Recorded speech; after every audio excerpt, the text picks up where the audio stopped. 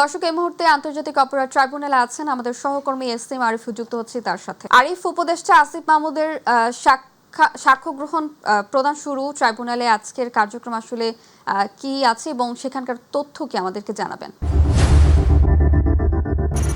শাওন, আপনি যেটি বলছেন যে আসিফ মাহমুদ সজীব ভুঁইয়া তিনি আজকে সাক্ষ্য দেবেন, যে তিনি চাংখারপুলের যে 6 হত্যা শহীদ মামলা, সেই মামলায় কিন্তু তিনি সাক্ষ্য দেবেন এবং সেই জন্য আমরা দেখেছি বেলা 2:15টার দিকে তিনি এই ট্রাইব্যুনাল অঙ্গনে প্রবেশ করেন এবং সেখান থেকে তিনি এখন রয়েছেন চিফ প্রসিকিউটর তাজুল ইসলামের পক্ষে। সরাসরি তিনি সেখানে চলে যান এবং আমরা যতটুকু জানতে পেরেছিলাম যে 2:30টার দিকে ট্রাইব্যুনাল বসতে পারে, তবে এখন পর্যন্ত সেটি এখনো কিন্তু তারা আসেননি এবং ট্রাইব্যুনাল ঢোকেননি। ট্রাইব্যুনাল ঢুকলেই তারপর হয়তো তার যে সাক্ষ্য গ্রহণ সেটি শুরু হতে পারে। তিনি এই মামলায় 19তম সাক্ষী হিসেবে সাক্ষ্য দিচ্ছেন আজকে এবং তার জবানবন্দি যেটি তদন্ত কর্মকর্তার কাছে তিনি দিয়েছিলেন এর আগে, সেখানে কিন্তু তিনি 8 পৃষ্ঠার জবানবন্দি দিয়েছেন এবং সেই 8 পৃষ্ঠার জবানবন্দিতে তিনি চাঁখারপুলের ঘটনাটাও তিনি বর্ণনা করেছেন এবং তিনি জানিয়েছেন যে তিনি তারা যখন এই 5ই আগস্টের যে ঘটনাটা ঘটে যখন চাঁখারপুলে, তখন তারা সেই ঘটনার খুব কাছাকাছি ছিলেন এবং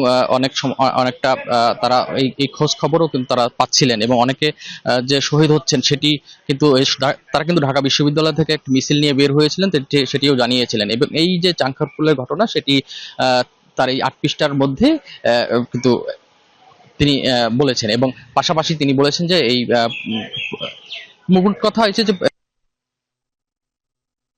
কিন্তু তিনি ধরেছেন এখানে প্রধানমন্ত্রী শেখ হাসিনার রেসপন্সিবিলিটি অভিযোগ করেছেন তিনি সেই তদন্ত কর্মকর্তার কাছে। আজকে সেই সাক্ষী দেবেন, কতটুকু সাক্ষ্য দেওয়া হয় সে আজকে কতটুকু, পৃষ্ঠা তো অনেক বড় একটি সাক্ষী, তবে কতটুকু দেওয়া হয় সেটি আসলে আমরা